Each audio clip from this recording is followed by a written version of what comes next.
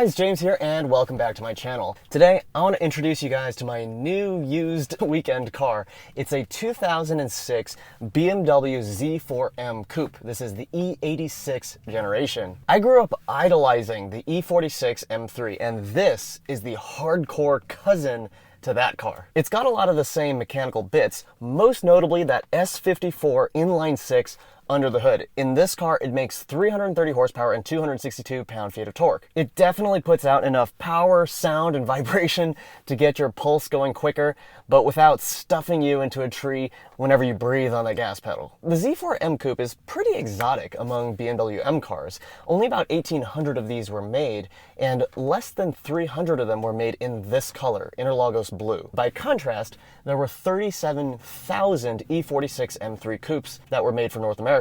For every 20 E46 M3 Coupes out there, there's only one of these. Today, I'm going to tell you guys how the Z4 M Coupe compares to the other cars that I considered, which were the E46 M3, the Z4 M Roadster, and the Porsche Cayman. And I'll tell you guys why I chose this in the end. All right, first let's talk about why I chose the Z4 M Coupe over the E46 M3 Coupe. The main reason is that the E46 is a wonderful all-in-one car. I was really looking for a purely weekend car.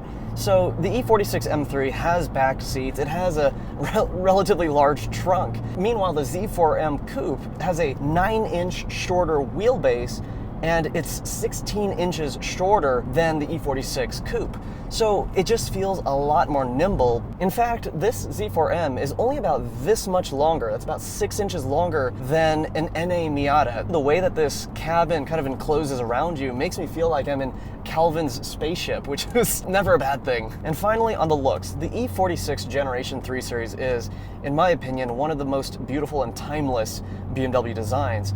But I find the E46 M3 specifically to be a bit ricey with the extra body kit stuff going on. So I find that the Z4M looks cooler in the sense that it's kind of an interesting look, right? Because the Z4M has these very strange looking details. You know, from some angles, the Bangle-esque styling is kind of weird, but I think the way it all comes together is just wonderful. So the E46 is a little bit more timeless, if a little ricey, and the E86, that's this car, is, I think, much more exotic overall. In these mountain roads, the Z4M is just perfect.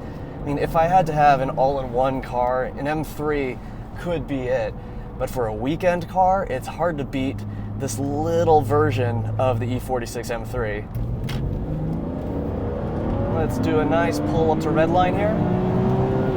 Woo! 7,500.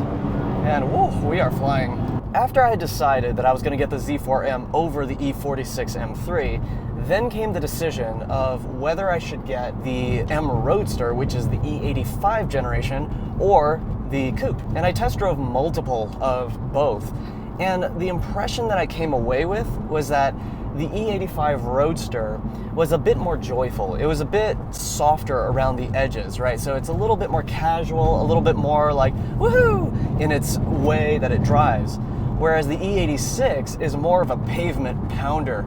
Everything is very hard-edged. For lack of a better word, it feels substantial on the road in a way that the E85 doesn't. And that's not to say that the E85 is bad. It's just to say that it's a really different style and a different experience. And of course, the Coupe is a lot more rigid than the Roadster. The Roadster has a torsional rigidity of about 16,000 Newton meters per degree.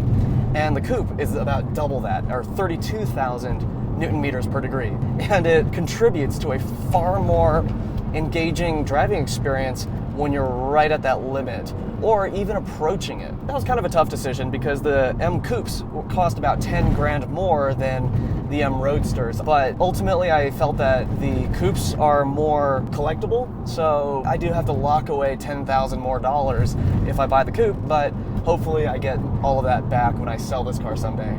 Yeah, this is a really hardcore car, and it makes you work for that speed.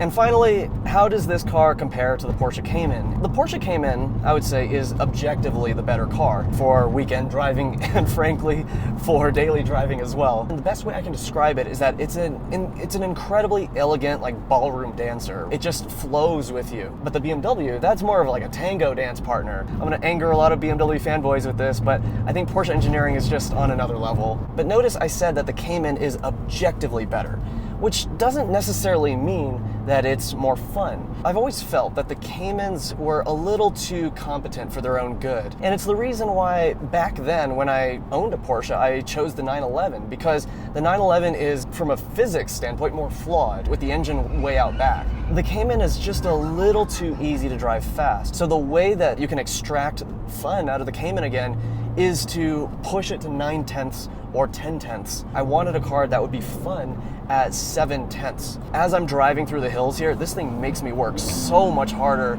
than any Porsche has ever forced me to work in order to drive quickly. But all of it comes together to make this really like, kind of package that's so much fun. And those are the reasons that I chose the E86 Z4 M Coupe over the E46 M3, the E85 Z4 M Roadster, and the 987 Cayman. In the coming months, I'll be posting more videos with this car, including a proper driving experience review, as well as some other videos I have planned. So hit that subscribe button if you don't want to miss those. And if you enjoyed this video, hit the like button. I really appreciate it. It helps this little growing channel that I've got going on here. My name is James. Thank you so much for watching. I'll see you next time. Drive safe.